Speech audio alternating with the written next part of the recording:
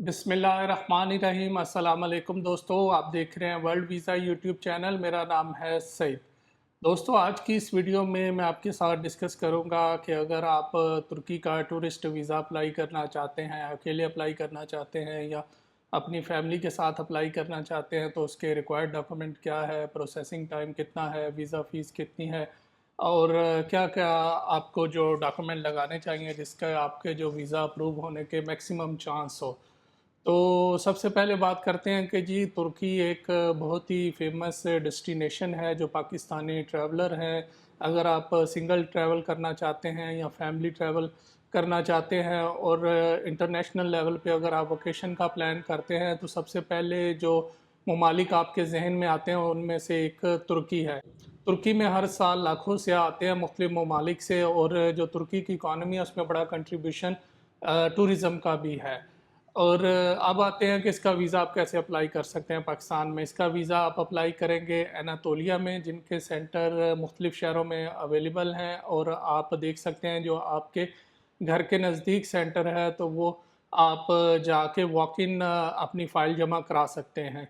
Required document में सबसे पहले जो आपके आइडेंटिटी के डॉक्यूमेंट होते हैं जिसमें आपका पासपोर्ट, आईडी कार्ड, एफआरसी हो गया, ये डॉक्यूमेंट चाहिए होते हैं। फिर आपके जो फाइनेंशियल डॉक्यूमेंट है, फाइनेंशियल डॉक्यूमेंट में आपका एनटीएन, 1 साल के गोशवारे, उसके बाद 3 महीने की बैंक स्टेटमेंट मेंटेनेंस लेटर के साथ, और ये चाहिए होते हैं। फिर उसमें ये होता है कि आप अपने जो डॉक्यूमेंट जब सारे रेडी हो जाते हैं ये लेके आप एनातोलिया ऑफिस जाते हैं, वहाँ पे आपके बायोमेट्रिक होते हैं, फाइल जमा होती है और आपका जो वीज़ा है वो अंडर प्रोसेसिंग में चला जाता है। अगर पंजाब में आप जमा कराएंगे, जो इनके सेंटर हैं सियालकोट हो गया, गुजरांवाला हो गया, उसके अलावा लाहौर, मुल्तान, फैसलाबाद, तो तब आपकी फ़ाइल जाएगी लाहौर कौंसलेट में। और अगर आप इस्लामाबाद वाली साइड पे जमा कराते हैं, केपीके से जमा कराते हैं, तो आपकी फ़ाइल जाएगी इस्लामाबाद एम्बेसी में।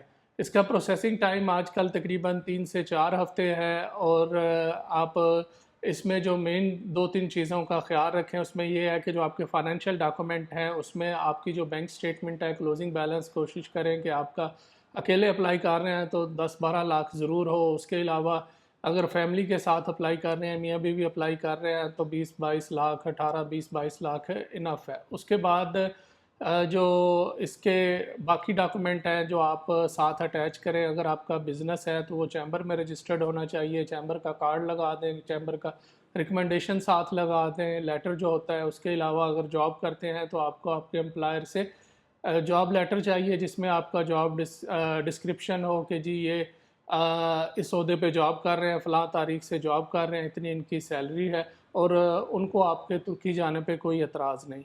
ये तो है रिक्वायर्ड डॉक्यूमेंट। एनातोलिया में आप जमा कराएंगे, उसके बाद एनातोलिया की एक वेरिफिकेशन कॉल भी आती है, और इसमें जो आपकी बैंक स्टेटमेंट है, चैम्बर के डॉक्यूमेंट है, वो एनातोलिया वाले वेरीफाई करते हैं। वेरीफाई करने के बाद फिर आपका केस एम्बेसी में फॉरवर्ड करते हैं। जब आपका वीज़ा लग जाता है तो कुछ केस हमने देखे हैं 6 मंथ की वैलिडिटी होती है, 15 दिन या 1 महीना स्टे के साथ।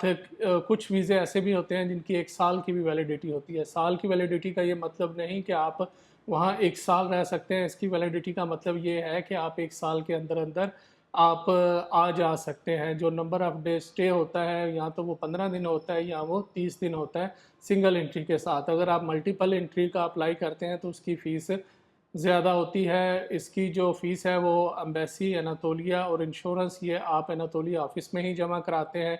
पहले इसकी इंश्योरेंस बाहर से भी आप बना सकते थे, वीज़ा एप्लीकेशन फ़ॉर्म बाहर से भी फ़िल हो सकता था, लेकिन अब एनातोलिया के अंदर ही इसकी इंश्योरेंस भी बनती है, और जो वीज़ा एप्लीकेशन फ़ॉर्म है वो भी एनातोलिया में ही फ़िल होता है। अगर आपका इस वीडियो से रिलेटेड कोई सवाल है तो आप कमेंट्स कर सकते हैं। मैं कोशिश करूँगा कि आपके सवालों का जितनी जल्दी हो सके जवाब दे सकूँ। Thank you very much.